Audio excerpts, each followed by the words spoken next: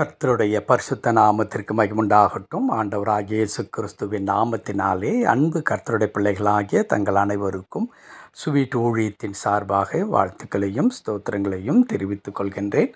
அப்போஸ்தலனாகிய பேதுரு எழுதின பொதுவான நிருபம் 5ஆம் அதிகாரம் 7வது வசனம். 1 பேதுரு 5ஆம் அதிகாரம் வசனம் 7.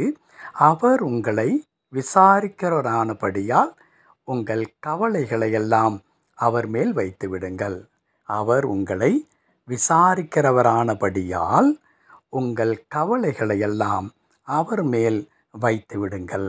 என் அன்பு கடவுளுடைய பிள்ளைகளே, நமக்கு எது சொந்தமாய் இருக்கிறதோ இல்லையோ, இப்பொழுது வாசித்த இந்த வசனத்தில் சொல்லப்பட்டிருக்கிற இந்த கவலை என்கிறதான ஒரு அனுபவம் எல்லாருக்கும் சொந்தமாய் இருக்கிறதை, நம்முடைய இருதயத்தில் நிரந்தரமாய் குடிக்கொண்டிருப்பதை நாம் பார்க்கின்றோம்.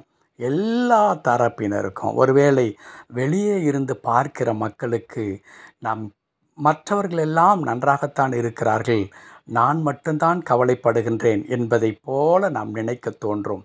ஆனால் இந்த கவலை என்பது எல்லாருக்குள்ளாக இருக்கிறது.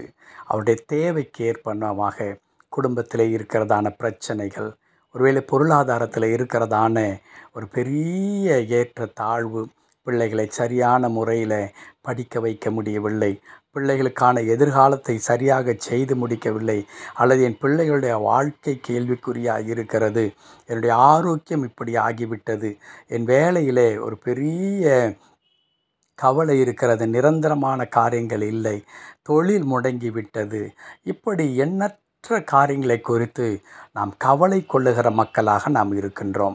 இந்த நேரத்தில் நாம் என்ன நினைக்கிறோம்? நான் இப்படி கஷ்டப்படுகிறேன் என்று தெரிந்து கூட எனக்கு வேண்டியவர்கள், என் அருகில் இருக்கிற என் சொந்தக்காரர்கள் அல்லது என் உடன் பிறந்தவர்கள், என்னை பெற்றெடுத்தவர்கள் என்ன என்று ஒரு கேள்வி கூட என்னை கேட்காமல், அல்லது எனக்கு ஆதரவாக ஒரு பதில் கூட பேசாமல் அவர்கள் கண்டும் காணாமல் இருப்பது இன்னும் மிகுந்த வேதனை எனக்கு கொடுக்கிறது என்றும் நாம் நினைக்க தோன்றுகிறது. அன்பு கடவுளுடைய பிள்ளைகளே, எல்லாருமே ஒவ்வொரு கவலையிலே நாம் இருக்கத்தான் செய்கிறோம். ஆகையால் நாம் பிறரை நொந்து கொள்வதில் எந்த விதமான பிரயோஜனமும் இல்லை. ஆனால் அதே நேரத்தில் வேத வசனம் ஒரு அற்புதமான ஒரு காரியத்தை நமக்கு சொல்லித் தருகிறது. அது என்ன? அவர் உங்களை விசாரிக்கிறவரானபடியால். கர்த்தருடைய பரிசுத்த நாமத்திற்கு மகிமை உண்டாகட்டும்.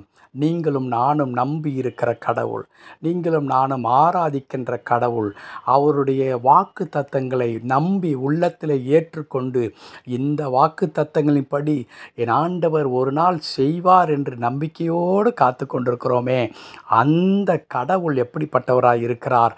நம்மை விசாரிக்கிறவராக இருக்கின்றார். நம்மை விசாரிக்கிறவராக இருக்கிறார்.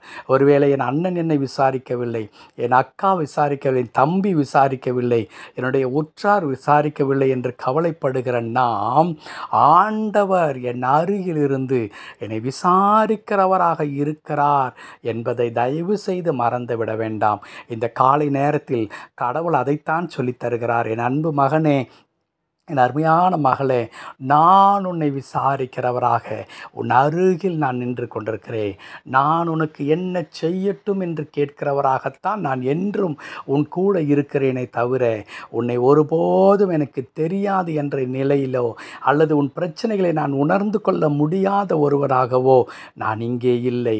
உன் கஷ்டங்கள் எனக்கு தெரியும், உன் பாடுகள் எனக்கு தெரியும், நீ சந்தித்து கொண்டிருக்கிறதான இன்னல்கள் எனக்கு தெரியும். ஆகையால் உன் கவலையெல்லாம் என் மேல் வைத்து விடு. நீ சுமக்க தேவையில்லை. உனக்காக நான் உயிரை கொடுத்திருக்கும் பொழுது, உனக்காக நான் உயிரோடு எழும்பி இருக்கும் பொழுது, இதோ உன்னை கூர்ந்து நான் கவனித்து கொண்டிருக்கும் பொழுது, உனக்காக வாக்குத்தத்தங்களை நான் கொடுத்திருக்கும் பொழுது, நீ ஏன் கவலைப்பட வேண்டும்? அந்த கவலையெல்லாம் என் மேல் வைத்து விடு. நான் உன்னை பொறுப்பெடுத்துக் கொள்ளுகிறேன். நீ கவலைப்படுவதினாலே ஒரு முழத்தை உன்னால் கூட்டவோ குறைக்கவோ முடியாது என்று நான் ஏற்கனவே சொல்லி இருக்கிறேன் அல்லவா? வாழ்க்கையில் எந்த மாற்றத்தையும் கொண்டு வர முடியாது. ஒரு மனிதன் கவலைப்படுவதினால் என்கிறதான உண்மையை புரிந்து கொண்டு உன் கவலையெல்லாம் என் மேல் வைத்து விடு. நான் உன்னை ஆதரிக்கிறேன் என்று ஆண்டவர் சொல்லித் தருகிறார். என் அன்பு கடவுளுடைய பிள்ளைகளே, கவலைகளை எல்லாம் மறந்து விடுங்கள் என்று நான் சொல்லவில்லை. ஏனென்றால் அது மறக்க முடியாது. அது வலிக்கிறது நமக்கு. நம்முடைய குடும்பத்தின் பிரச்சனைகள் மிகுந்த வலியை நமக்கு கொடுக்கிறது. ஆகையால் கவலையை மறந்து விடுங்கள் அல்ல, கவலையை கர்த்தர் மேல் வைத்து விடுங்கள். அவர் மாற்றங்களை கொண்டு வருவார். ஜெபிக்கலாமா? கிருபை நிறைந்த நல்ல ஆண்டவரே, உமக்கு நன்றி செலுத்துகிறோம். உம்முடைய திருக்கரத்தில் எங்கள் கவலையெல்லாம் வைத்து விடுகிறோம். நீர் பொறுப்பெடுத்துக் கொள்ளும்.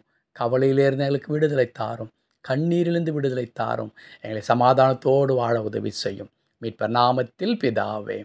ஆமென், ஆமென்.